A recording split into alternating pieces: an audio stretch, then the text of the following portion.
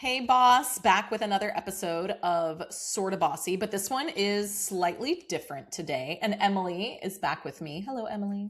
Hello. Today, our episode is formatted, it's called Dear Bossy, because this is a submission. And Emily and I are going to give our takes and give our advice. So, we used to host a podcast called Dear Work Wives, which was Dear Abby style. Like, do people know what Dear Abby is?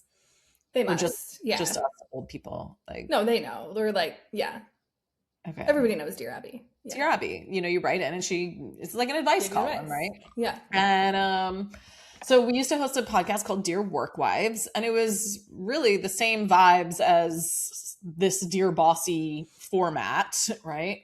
And that was like our favorite thing to do and host, and we put it on pause for a while. And as we were starting Sorta Bossy, I was like, we have to have a Dear Work Wives style of episode. Mm-hmm. And so that's what Dear Bossy is, right? So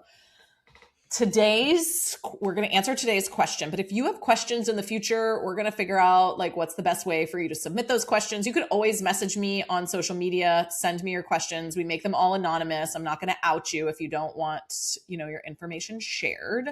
You can also always email us, but we are going to be taking your questions on the Dear Bossy episodes, or sometimes we'll pull from Reddit. It's such a cesspool of information out there on Reddit. So like Cesspool. really is, but truly I get like the best market research responses on Reddit. So I'm going to keep asking my questions over there, As you should. As I should. So full disclosure, because I really worked hard to pick this question, and we recorded this episode already, and then there was a tech glitch, and it's still stuck in processing. And we'll probably 5 days later. It will be stuck in processing for all of eternity. So we will never get that episode out of the internet or wherever it lives. So we're re-recording, and I hope that it's better this time. But sometimes the surprise and shock value just isn't going to be there for you anymore, Emily. Like, you already know what the question is. I know. Yeah. And that is the only part about this that I'm really disappointed in. I know. But it's okay, because this episode will be better, and it'll definitely be shorter because we're rambly. So that's me, the most long-winded efficiency expert that you'll ever meet. Also, side note, there was like this reel on Instagram, and it was like, what's your Shrek character by your birthday month? Who are you? I forget what, honestly, I think, it's the donkey. Oh, tracks.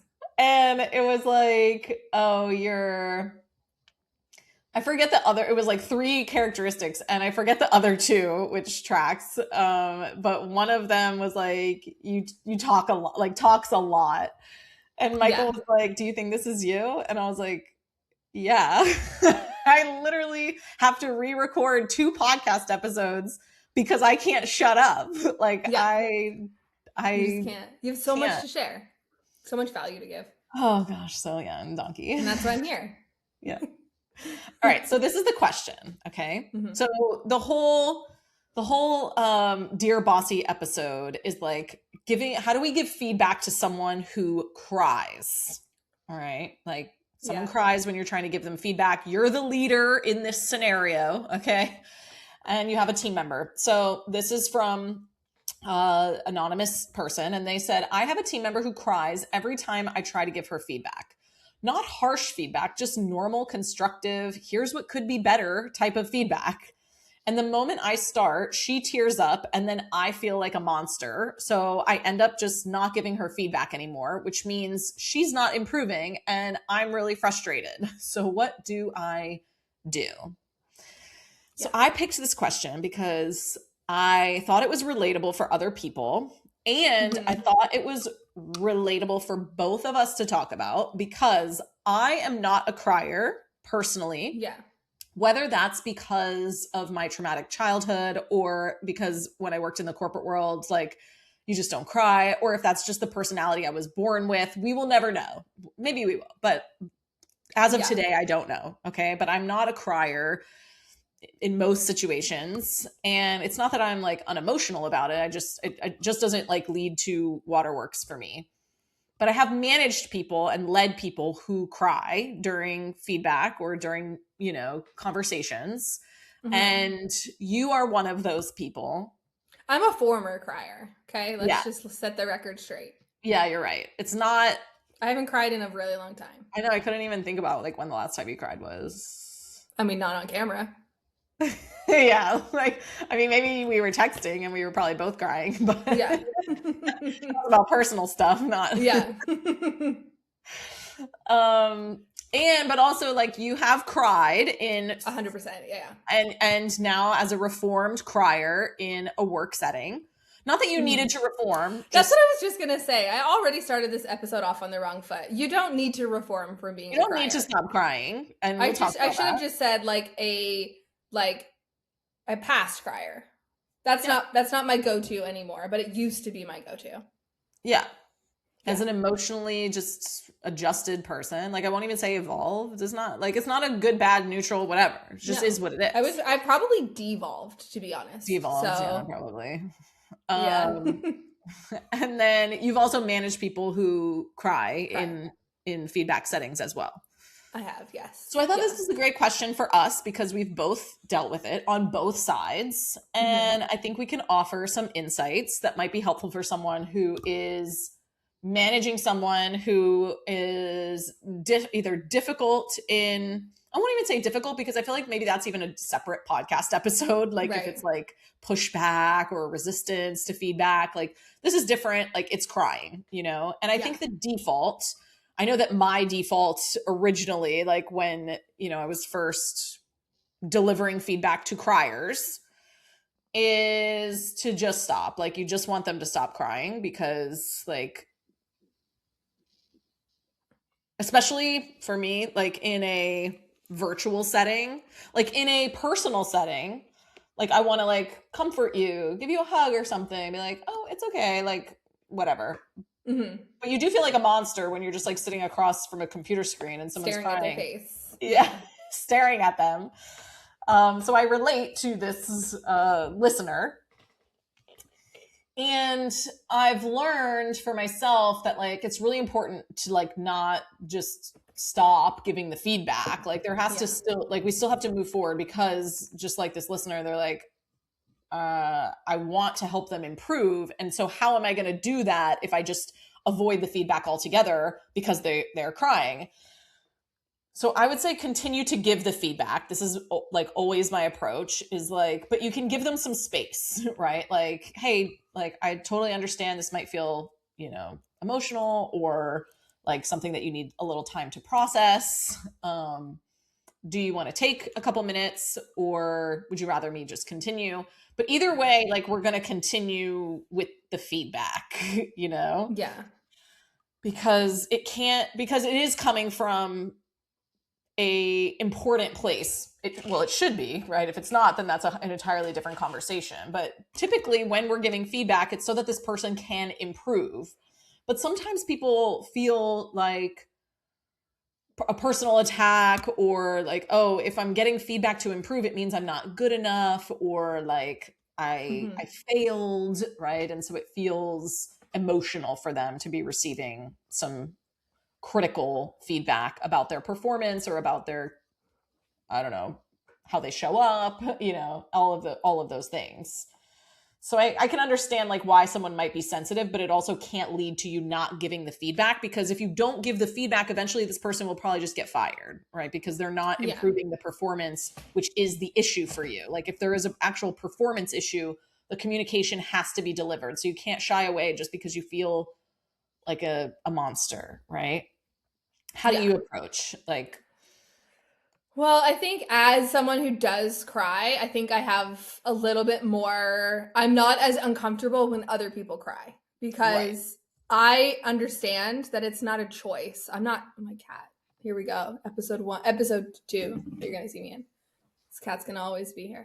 I understand that it's not this person isn't choosing to cry in this meeting. This is completely out of their control. And it's completely normal. and natural way to like emote something. It is much more efficient for me to like feel those feelings quickly and move through them rather than like trying to hold it in forever. So I can think of a few situations where I've cried, and it's like my perception of the situation has been I either tried something brand new, and like instead of getting I was like so proud of myself, and then you're just met with, and this is how to improve it. And it's like, I pushed myself so hard. I'm proud, and you're telling me it's not good enough. Like, that's a disappointing feeling. I think it would be naive to not like, accept and understand that it's okay for someone to feel disappointed that your reaction to their like pride and joy project was not as enthusiastic as they want it to be. Yeah. And the other thing is like, I will also cry when I'm super frustrated. That's like the biggest culprit at work. So if things are continuously going wrong, or say like I have skill sets that like it's the running joke, you're long-winded, I cannot catch a typo to save my life, right? So if I continually am missing things like that, like it's frustrating for me to not be able to improve that, no matter how hard I try. Trust me, I try. I'm not like ever going to be that person. And that's frustrating for me. So getting called out or getting like a performance improvement conversation around something that I genuinely feel very stuck in is frustrating. So that's like another thing. So I try to lead these conversations understanding like, crying is completely normal and natural. It's out of their control. And like, I'm just going to make space for it. Like, you're allowed to cry. Please cry if that's going to help you process this conversation better, right? You don't need to pretend you don't have emotions when you're talking to me. Now, this is like, that's my like nice, like diplomatic answer. But the truth is I have a child who's a crier. Oh yeah, please.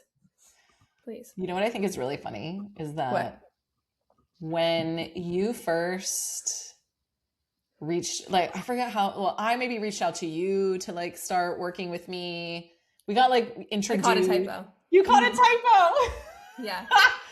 And you were like brave and confident enough to tell me like before you got hired, like she was in the interview process, I think, Yeah. And one of the things that really stood out to me was that on our website, like Emily caught a typo and she wrote to me or sent me a note of some sort and was like, hey, just want to let you know, like you have this typo on your website, blah, blah, blah. Yeah. And I was like, this girl, like not only did you catch the typo, but to be courageous enough in the hiring process to communicate that to me when some people would be like, oh no, I don't want to offend her or whatever. Like, I thought that was so cool. And now like, it's just so funny. It's just so funny because she can't catch a typo. So not of my own writing. Of other people's writing, I can. Okay. And I do tons of writing here, right? So I cannot catch it because my brain is just like, that's why people have editors, right? Because they're not able to edit their own work, right? So but yeah, fair. Okay, fair. Yeah, but still, I totally catfished you, and I'm glad. Yeah, I was like, that you just figuring that out now. Go all the way back, like 9 years ago. Yeah, I feel like I've been duped. You have. I'm the Temu version of who interviewed. Oh my god! But anyway, so this valuable in other ways. The typos don't bother me. No, and we have other people on the team for that. So I don't need to have those tough conversations. Someone else has to have them if they miss the typo, right? That's your job. It's well acknowledged that I cannot catch my own typos. Yeah, right. There's many things I'm good at and many things I'm not. So, so that's like. I try to keep it positive and light and understand. Now, okay, that was the diplomatic version. What's the like? The realistic version is that I have a child who's a crier, and she cries for my view, nothing, right? Like, and she also feels like nothing at the moment. I'm like, why are we crying over this? Like, this is a nothing burger. And she's unable to articulate why she's crying, and I am unable to articulate patience with that, right? when she's crying over a nothing burger. Yeah. And so I can also, on the flip side, understand that there are situations where you're like, I am literally just telling you. Oh, the biggest one is like over outfits. Like, I am literally just telling you that, like, you asked me if you think that I think this outfit looks good, and I'm telling you the truth. I would not wear it. She asked me this all the time. Would you wear this? No. Yeah. But you should. I'm not you. Right? I'm not you. You're 12. Yeah. Like, wear whatever you want, you know? Well, yeah. And so,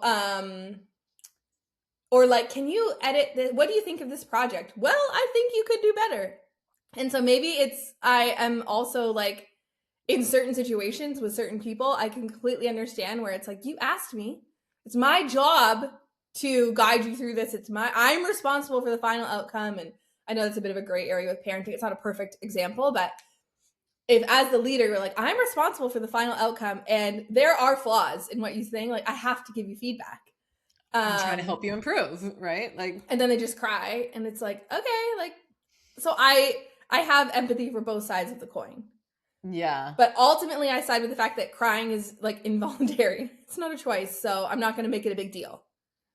Yeah. And I think so a couple things here. One is that sometimes people will cry over what you think is a nothing burger in a meeting, right? Yeah. And you're like, oh, I did not expect this. Like, sometimes I know it's going to be a tough conversation and I'm going to expect big emotions and big feelings, and I'm prepared for that. And other times I'm like, whoa, like, I thought this was a nothing burger. Yeah. So where is this coming from? And I'm not going to make it wrong, right? I'm just going to continue and deliver my feedback, because we don't want to get on the cycle of them, you know, whether it's intentional or unintentional, like getting out of the feedback, right? Like, feel bad for me. Like, I don't think that for most people it's manipulative in that way, although like for some people it is, but sure, like there's always a few, right? But like, either way, let's just stick to the we have to deliver the communication, whether it's intentional, unintentional, manipulative, not manipulative, like the feedback still has to be delivered. Okay. Yeah. The only time I would stop and pause, whatever, is if I can tell that the person is unable to hear the words that I'm saying, right? Because they're processing an emotion, they're processing what I've just told them. So they're not going to be able to process whatever I'm saying next yet. Right. Like, and so don't avoid the feedback altogether, but I think offering a pause or offering a, hey, I can see you're really emotional about this. Would you like 10 minutes to get yourself sorted and then, or, you know, do what you need to do, process some of this, and then let's hop back on a call, or let's step back into the meeting. And then I can continue to communicate what we need to do together to move forward, right? Like, we're in this together. This is not me punishing you, right? Like reprimanding you. This is just constructive feedback for improving your performance. And that has to be continued to be delivered. So if you do need a few moments, I totally understand it. I'm totally open to that. And then let's reconvene in a few. Yeah, we've had calls. I can remember like one specifically where you were like, had to give me a call about my attitude, which this was a long time ago. And a long time ago. I remember this too. Yeah. And we like, you gave, and this was not like constructive feedback on my performance. This was like, hey, like, it was like a little reprimand call for attitude, right? That's like a bigger deal than I think this person has submitted. Yeah. And so like we had the call, and then I was like, I'm gonna need 10 minutes. And so then to like cry it out and like, cause I'm a messy crier, like clean myself up. Yeah. That's also the thing. Like, I don't want to sit here and have like to watch you cry, because then it makes you more uncomfortable. Like, no one wants to be watched while they're crying, you know? So like, give them the decency that they might need a couple minutes of space if they're feeling messy and not like they want to be watched. Yeah. I think it's just important that like, if there's any situation where you're about to heighten someone's emotions through no fault of your own, they're gonna need time to process that. Like, I'm the type of person where if someone comes for me and they're like, well, I'm gonna be like, well, you did that, unless I have a minute, right? And so because it's like you're trying to protect yourself, you're trying to explain, if you know, like, I remember this call, like I was frustrated and rude on that call. And there was a reason why, which kind of the conversation led, actually, I think this conversation is what led to you needing to give me big news ahead of team calls. Probably. Because it was kind of like, there was like, again, not that this is your fault, but like I was like, in a state. Yeah. And then I just was stuck in it. And then I was so frustrated. It's like, how did I get you into that state through something that wasn't intentionally malicious? Right. But there was an activator that there was a cause and effect, right? And so being able to have a discussion, I think, is also important around all of this stuff of like, because I remember getting on that call being like, oh yeah, I was absolutely out of line. Like I was definitely throwing attitude, right? And so, and agree that can't happen again, but I needed to process through that, like, yeah, this is like not just like a one-off. Like this is something I need to work on and I need to get in that headspace. So I think giving people, if you're giving big feedback, give them the opportunity to process the like first step before you move on to the next step of like how to improve it or how to work better or what systems need to be put in place to like avoid this again. And like, cause it is like, especially in small teams, you're all having an impact on each other. It's not like people are just evil or are just choosing to make mistakes. It's like, maybe they're getting called out on something, but another person in another department was a little bit late on something. Like there's so much. And I am a big believer, like, okay, like I don't really care how we got to a link being wrong in an email. Like we're just going to fix it. I don't need to chase the rabbit, like chase down the trail of like who made the mistake. As the leader, I'll just take it. Right. Like, so if anyone else on the team made a mistake, I would be 9 times out of 10, the first to be like, yeah, no worry. Like that's on me. It's ultimately on me to catch those things. Right. So if you're having to then have feedback of like, hey, we're having a lot of mistakes or we need to improve this, even if like, I'm not the one that did it, I'm still going to be like, need a minute to be like, okay, like this is not my fault, but it is my fault. And so let me just work through that annoyance and then we can get to the meat of this conversation. And then you get to like, and it's like a trickle down effect, right? Because then you get to go have your conversations with people who might cry over this or who might get defensive because you then have to communicate, okay, this is what the feedback I was delivered. Now I have to figure out how to improve the process or make sure this doesn't happen again or whatever. Yeah. But it's like, I think being mindful of the blame game when things like this are happening, both from the deliverer of the feedback and the receiver. And sometimes people just need that space in between to process what you're saying so that they don't immediately go into defensive-ness mode. Reactive. I think another like really good resource for this, maybe we can put it in the show notes, is like our Enneagram like processing guide because I think this also depends on what Enneagram processing filter this person is using, right? Like with you, I know that I probably need to give you some processing time before we even talk about the next step of, what's happening. Like you're saying, like, oh, I need to process the initial feedback before I can settle my nervous system. Maybe I have questions about like, okay, but how did we get here? And what does this look like? And what's the plan for the future? Whereas someone who's like, more of a, like feelings, heart processor, like they might need you to like reassure them as a person first before digging in, Yeah. Like, hey, this is not totally an attack appreciate on you. you. This is I not love an attack on you. Yeah. You're not losing your job. Yeah. Like really, Yeah. So we'll put that in the show notes just because I think it's a really helpful guide. Just 3 different processing filters. You don't have to know anything about the Enneagram, but it's just a helpful tool when you're having these types of conversations to know your people, right? And as leaders, I think it's our job, like it's a big part of our job to really get to know our people. And the way you deliver feedback to one person is not going to work with another person. The way you deliver feedback to a crier is not going to work with someone who doesn't cry, right? Like who's completely unemotional about something. It's like, okay, I have to adjust myself for those different behaviors. But I think the most important takeaway here is like, give people space if they need it.